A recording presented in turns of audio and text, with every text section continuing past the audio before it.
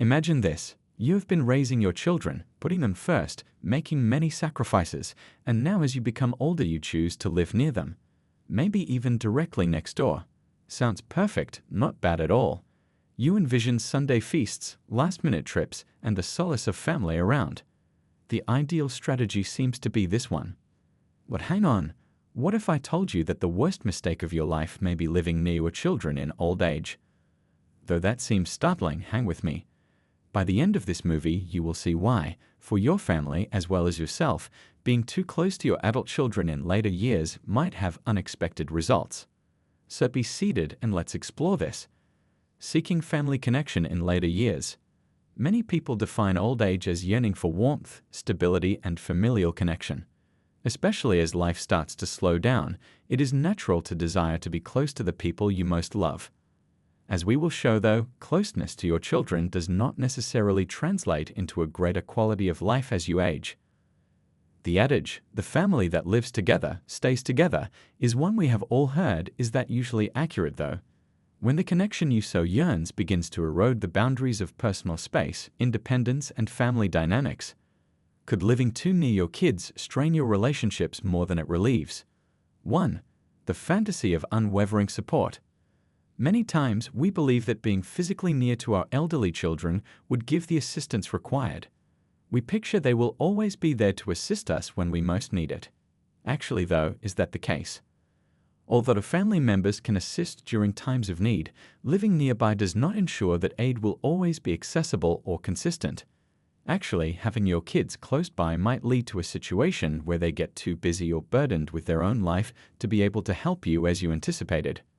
Regular visits, shared meals, and the sense of security make initial appearances as a dream come true. But when life grows more hectic, you might begin to feel more like a duty than a priority. The dynamic may change from loving support to resentment very rapidly. And before you realize it, you could come to feel more like a burden than a loved relative. 2. Lack of personal autonomy.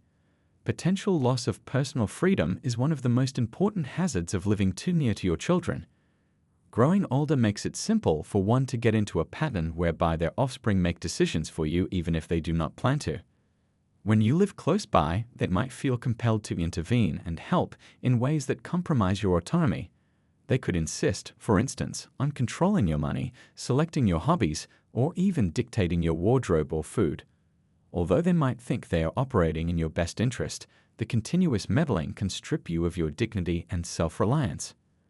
Aging gracefully mostly depends on keeping as much freedom as possible, but living too near your children throws off the balance between control and helpfulness. Frustration, lost confidence, and a lowered feeling of self-worth can all follow from this. 3. Strained family relationships. Familiarity breeds contempt is the adage we all know. Although it seems harsh, this is a valid concept regarding families. Sometimes living too close to your children causes conflict, particularly if there is excessive mutual engagement in everyday life. Although you might first like regular visits, over time the continual proximity may cause conflict. Little arguments can grow more significant, and once little irritations can become huge causes of stress. Growing up and beginning their own families, youngsters could feel as though they lack the room required to live their own lives. Your presence in their life is more obtrusive than they had expected, hence you can find yourself separated not because your children don't love you, but rather because of this. Children may also start to feel as though they have to be on duty all the time for grocery shopping, babysitting, or just emotional support. For both parties, this can cause wariness, guilt, and animosity. 4. Your social life suffers too. Additionally bad for your own social life is living near your kids. You may begin to overlook your own connections and interests when you spend all your time surrounded by relatives. It's easy to develop the habit of depending on your kids for company, which could unintentionally restrict your own development. Old age calls for a balance between family time and personal space. Mental and emotional health depends critically on hobbies, new friendships, and keeping social ties as well as on other aspects. On the other hand, if you live too near your kids, you can find yourself spending most of your time in their company, with little space for your own social network. 5. The demand of living up to standards. Particularly in cases of adjacent living, parents may feel an underlying responsibility to keep strong and healthy for their children. Even if it's not feasible or beneficial for you, this might make you feel obligated to be the ideal parent in the perspective of your children. The pressure can be increased by the continuous closeness. Simply because your children want you to be active in every family function, holiday gathering, or even daily activities, you might feel as though you have to be. Burnout and tiredness can follow from this, and over time animosity can develop on both sides. Setting limits and preserving your own personal space may be simpler if you were living farther apart. Living so near your children might make it more difficult to say no, though, when you truly need a break, and this can affect your health. 6. The emotional and physical cost on your kids. It's not only about your feelings. Living too near your kids can also affect them greatly. Their life might also suffer emotionally from their close proximity. The obligation of looking after you or always entertaining you could weigh them. Should your children have children of their own, they might feel as though they have to divide their time between you and their own family. In their life, this might cause stress and tension that results in guilt and dissatisfaction. Moreover, your children may overreach themselves if they are emotionally committed to your care. Burnout, resentment, and finally a sour connection between you and your children might result from this. 7. The long-run risk of isolation. Although living near your children would appear to help you avoid feeling alone, occasionally it can have the reverse effect. Your children could grow less accessible over time as their lives get hectic with their own families and jobs. Living alone and having your own social group might help you to avoid feeling lonelier than this. Depending too heavily on your kids for company runs the danger of leaving you with less choices for social interaction over time. Finally, discovering the correct balance. Is it thus a terrible thing to live near your children as you get old? Not very. Before deciding on such a major course of action, though, one should take into account the possible drawbacks. Finding a balance is essential. While keeping your independence, sustaining your connections, and attending to your own social and emotional needs are equally important, staying in touch with your children is very vital. To enjoy a close relationship with your kids, you need not live next door to them. I would like to hear from you before we call it a wrap. What then do you believe? Do you agree or disagree with the theory that living near your kids could be a mistake in old age? Let your ideas blossom in the comments below.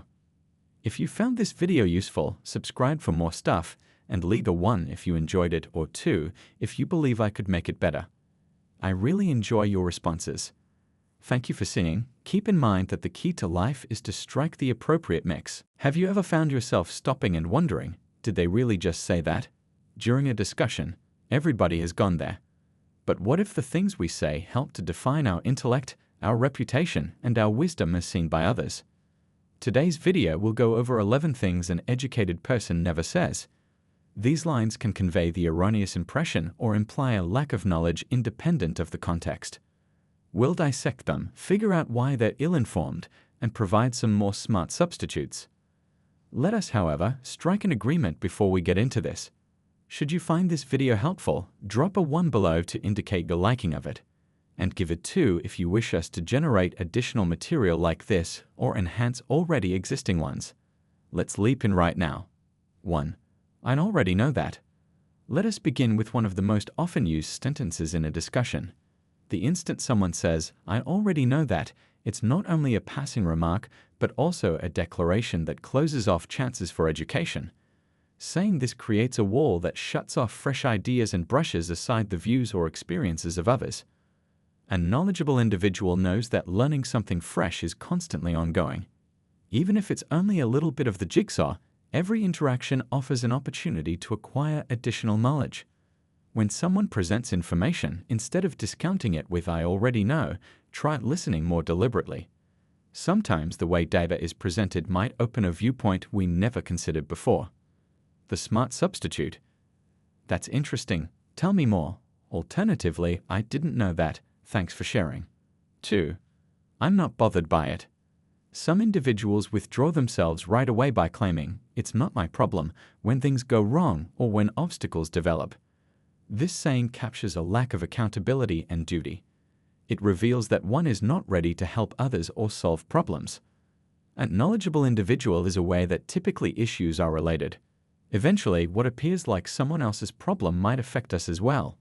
Even in little ways, by owning the circumstances, we demonstrate leadership, compassion, and ability to solve problems. The smart substitute is, let's see how we might tackle this together, or I'll help you find a solution. 3. I cannot perform this. Although we all have challenging problems occasionally, thinking, I can't do this is a mental block that stops us from moving forward. Intelligent individuals know that self-doubt is inevitable, but it does not determine their behavior. They are aware that conquering challenges mostly depends on tenacity and a ready attitude to learn. An clever individual does not give up with the first hint of hardship. Rather, they accept their difficulty and seek for other approaches to face the obstacle. They learn or ask for guidance if they lack knowledge on how to accomplish anything. If you are willing to look forward, it always is possible. The smart substitute is, I will figure this out, or I don't know yet, but I'll keep trying. 4. I have no need of comments. Consider yourself working on a project or learning a new skill and someone provides helpful criticism. Should your answer be, I don't need feedback, you are depriving yourself of a useful tool for development. An intelligent individual is aware that among the most effective instruments available for personal development is feedback. Positive or negative, the comments offer information on areas that can want improvement. Accepting comments helps us to keep on a road of lifelong learning and development. The smart substitute. Please share your ideas. I would love to improve, or I value your viewpoint. Let's talk about it. 5. I have not time for that. Among the most valuable goods we own is time. Saying, I don't have time for that, nonetheless usually results from inadequate prioritizing or bad time management. An clever individual understands how to rank chores according to worth and urgency. Whether it's a chat with a loved one, learning something new, or a mental break, if something is really essential, they will schedule time for it. The smart substitute. I'll make time for that, or let me reprioritize my schedule to fit that in. 6. I'm not good at that. Saying, I'm not good at that is another way to self-limit. Indeed, there are certain fields in which we might not be authorities, but the secret to intelligence is to welcome the learning curve. Saying, I'm not good at that usually signifies that we are giving up before we have even started. Intelligent individuals understand that one may grow in ability over time. They don't back off from difficulties just because they're novel. Rather, they commit time to develop, hone, and practice. The smart substitutes, I'm still learning, but I'll get better with practice, or I'd love to improve, can you help me? 7. I'm not interested. Many times used to evade accountability or complicity is this sentence. Declaring, I don't care points to a lack of empathy or concern, not a show of intellect. An educated person knows that developing significant connections and bringing about good change depend on their display of care and attention. They understand that their passion for something drives them more to act and change things. The smart substitute. Let's discuss it further. It matters to me. I may not fully understand, but I'll try to see your point. 8. That's not my job. Saying that's not my job is a justification used by many to evade acting proactively or supporting others. Intelligent individuals realize that every one of us contributes to the success and problems of a team. Occasionally, stepping outside of your designated position can have a big difference. Those that are ready to go above and above show initiative, adaptability, and leadership, as well as a readiness to help a bigger good. Saying that's not my job might occasionally point to a lack of dedication or cooperation. The smart substitute. I'll assist with that, or how can I help with this task? 9. I know it all. Saying, I know it all is among the most perilous words someone can utter. It reveals narrow thinking and arrogance. Nobody is endowed with all knowledge. Intelligent individuals see that development depends on humility. Their approach to life is one of inquiry and intellectual hunger. Whether they learn from others, read, or investigate fresh ideas, a clever person is constantly seeking for methods to widen their viewpoint. They welcome the truth that there is always more to learn regardless of their level of knowledge. The smart substitute. Let me hear your point of view. I have some knowledge, but I'm always learning. 10. It's too late to change. Many individuals feel that whether it's a professional move, a new ability, or a personal habit, it is too late to start altering their life. An intelligent individual is aware that change and development are achievable at any phase of life. Actually, some of the most successful persons started later in life or following major disappointments. Saying, "It's too late to change," is like erecting a growth-stopping obstacle. Smart people understand that with the correct attitude and work, change may occur at any moment. The smart substitute is, "I can still make improvements, no matter where I'm at," or "it's never too late to start something new." 11. I am not prone to mistakes. Learning involves mistakes in some capacity. Intelligent individuals welcome mistakes as chances for improvement rather than hide them. Saying, "I don't make mistakes," not only is unworkable, but also keeps us from grow from our blunders. An educated person embraces their errors, grows from them, and makes use of them as a stepping stone toward improvement. Perfect is a fantasy they know, and progress results from errors and lessons learned. The sensible substitute is, "I made a mistake, here's what I learned," or "I'll do better next time," in general. And there we find 11 things an educated person never says. Although they greatly affect how others regard us, the words we choose also help to define our own self. Choosing our words carefully lets us access development, relationships, and a better knowledge. Hit the like button, subscribe to our channel, and leave comments below to indicate whether you found this video useful and wish to see more stuff like this. If you like this video, comment 1. If you believe we might enhance this material, comment 2. We would really cherish your comments. Thank you for listening. Keep in mind that wisdom is an ongoing road trip. Keep developing, keep learning, and keep leading sensibly.